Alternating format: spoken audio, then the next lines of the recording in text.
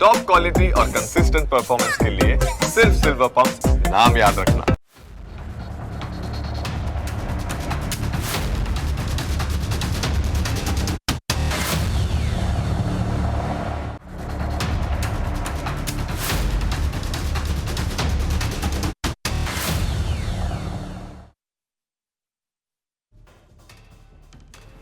Break બાદ આપનું ફરી સ્વાગત છે.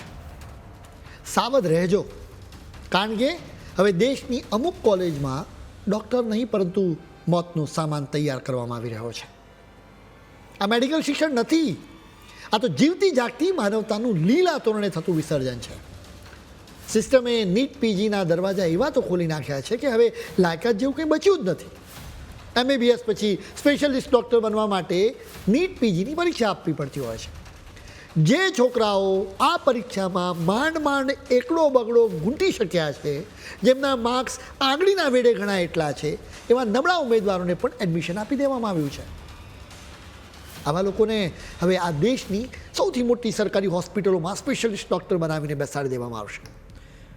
જે માણસને પોતાના વિષયના પાયાની ખબર નથી, જે માંડ સિંગલ ડિજિટમાં માર્ક્સ લાવ્યો છે, એ આવતીકાલે તમારા પેટ પર ચીરો મૂકશે, એ તમારા હૃદયની સારવાર કરશે. સવાલ એ છે કે શું એ ડૉક્ટર હશે કે સફેદ કોટ પહેરેલો યમરાજનો દૂત? આ વર્ષમાં જે એડમિશન થયા છે ને, એ મેડિકલ ઇતિહાસનું કાળું પ્રકરણ છે. પ્રતિષ્ઠિત સરકારી કોલેજોમાં સર્જરી જેવી ગંભીર શાખાઓમાં પણ સાવ ઓછો સ્કોર ધરાવતા લોકોને સીટ આપી દેવામાં આવી છે. આ તો સીધું તમારા અને તમારા પરિવારના આરોગ્ય સાથે રમાતી જોકનો જુગાર છે. ગામડાનો ભોળો માણસ વિશ્વાસ રાખીને હોસ્પિટલ જશે, પણ એને ક્યાં ખબર છે કે સામે બેઠેલો નિષ્ણાત માત્ર કાગળ પરનો નિષ્ણાત છે, એની પાસે જ્ઞાનનું તો મીંડું છે.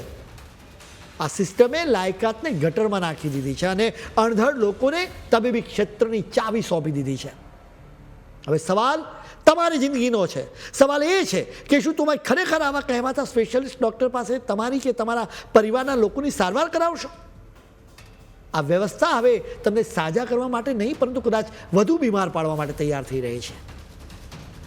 કેન્દ્ર સરકારે નીટ પીજીના કટ ઓફને સાવ ઘટાડી દીધા છે. કટ ઓફ એટલે કે મિનિમમ એટલા માર્ક્સ તો મેળવવા જ પડે તો જ એ પોસ્ટ ગ્રેજ્યુએટ એટલે કે MD અથવા MS જેવા કોર્સિસમાં એડમિશન મેળવી શકે. જે વિદ્યાર્થીએ પરીક્ષાના સવાલોના જવાબમાં માત્ર ભૂલો જ કરી હોય, જેનો સ્કોર -40 સુધી પહોંચી ગયો હોય, તેને સિસ્ટમ કહે છે કે તમે સ્પેશિયલિસ્ટ ડૉક્ટર બની જાઓ.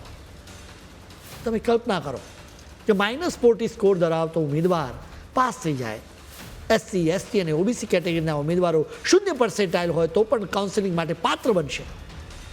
એનો અર્થ એ છે કે કુલ 800માંથી -40નો સ્કોર લાવનારો વિદ્યાર્થી પણ એના માટે પાત્ર ગણાશે.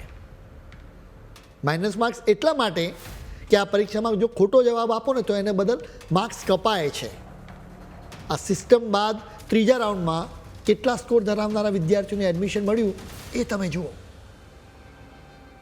રોહતકની સરકારી મેડિકલ કોલેજમાં MS ઓર્થોપેડિક્સની સીટ એવા ઉમેદવારને મળી કે જેણે 800માંથી માત્ર 4 માર્ક્સ મેળવ્યા છે. બાયોકેમિસ્ટ્રી જેવી મહત્ત્વની બ્રાન્ચમાં -8નો સ્કોર ધરાવતા ઉમેદવારને સીટ ફાળવી દેવામાં આવે છે. તમિલનાડુની સરકારી કોલેજમાં તો હદ થઈ ગઈ છે.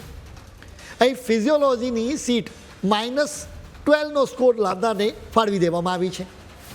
દિલ્હીની એક ખ્યાતનામ મેડિકલ ઇન્સ્ટિટ્યૂટમાં ઓબ્સ્ટેટ્રિક્સ અને ગાયનેકોલોજીની સીટ 44 માર્ક્સ ધરાવનારા ઉમેદવારને આપી દેવામાં આવી છે. ટ્રાન્સફ્યુઝન મેડિસિન અને એનાટોમી જેવા બ્રાન્ચમાં પણ 10 કે 11 માર્ક્સ લાવનારને સીટ એલોટ કરી દેવામાં આવી છે. મેડિકલ જગતના માંદાતાઓ કહી રહ્યા છે કે જે પાયો જ કાચો હોય ત્યાં ઇમારત કેવી રીતે ચણશો? સર્જરી અને ઓર્થોપેડિક જેવી શાખાઓમાં તો નિર્ણય લેવાની સૂઝ અને પાયાનું જ્ઞાન લોખંડી હોવું જોઈએ. ત્યાં ભૂલની કોઈ જગ્યા નથી હોતી. એકવાર ટ્રેનિંગ શરૂ થઈ જાય પછી સમજણના ગાબડા પૂરી શકાતા નથી. સરકારના બાબુઓ દલીલ કરે છે કે અમે ટ્રેનિંગમાં અને પરીક્ષામાં ડૉક્ટરને ઘડી લઈશું, બધું દેખરેખ હેઠળ થશે. પણ જે સિસ્ટમમાં વોર્ડ દર્દીઓથી ઉભરાતા હોય, જ્યાં બેડ પાસે ઊભા રહીને શીખવનારા ગુરુઓ જ ન હોય, ત્યાં ખાલી દેખરેખથી શું મળશે? ખરી મુસીબત તો એ છે કે સીટો તો ધડાધડ વધારી દેવામાં આવી, પણ સવાલ એ છે કે સીટો પર ભણાવવા માટે પૂરતા પ્રોફેસરો ક્યાં છે? હોસ્પિટલોમાં શીખવા માટે પૂરતો સમય કે સાધનો જ નથી. જ્યારે મૂલ્યાંકનની પદ્ધતિ જ નબળી હોય ત્યારે નબળા સ્કોર સાથે આવેલા ઉમેદવારો કઈ રીતે તૈયાર થશે? એ સૌથી મોટો સવાલ છે. આ એક એવું માળખું બની ગયું છે કે જે અંદરથી ખોખલું છે. ટ્રેનિંગની ક્ષમતા પર સવાલો ઊભા થઈ રહ્યા છે અને સિસ્ટમ પર દબાણ વધી રહ્યું છે.